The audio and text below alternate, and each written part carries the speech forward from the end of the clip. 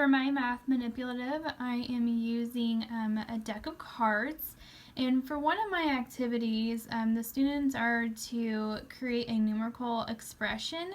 And so with these decks of cards, they can line up their numerical expression. And I also have pre-made like parentheses and addition, multiplication, division, and subtraction signs, so they can have tactile learning by creating their own expression, like what I'll do here. So they can 8, and then we can create a parenthesis.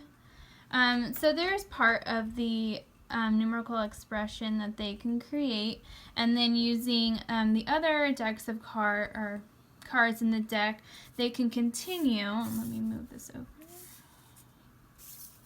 to create their expression. So we can do minus, let's say, 10. So then they can visually see their numerical expression. They can create their own, and then with a whiteboard they can write their numerical expression and then add it up or subtract it, or just find this product of the numerical expression.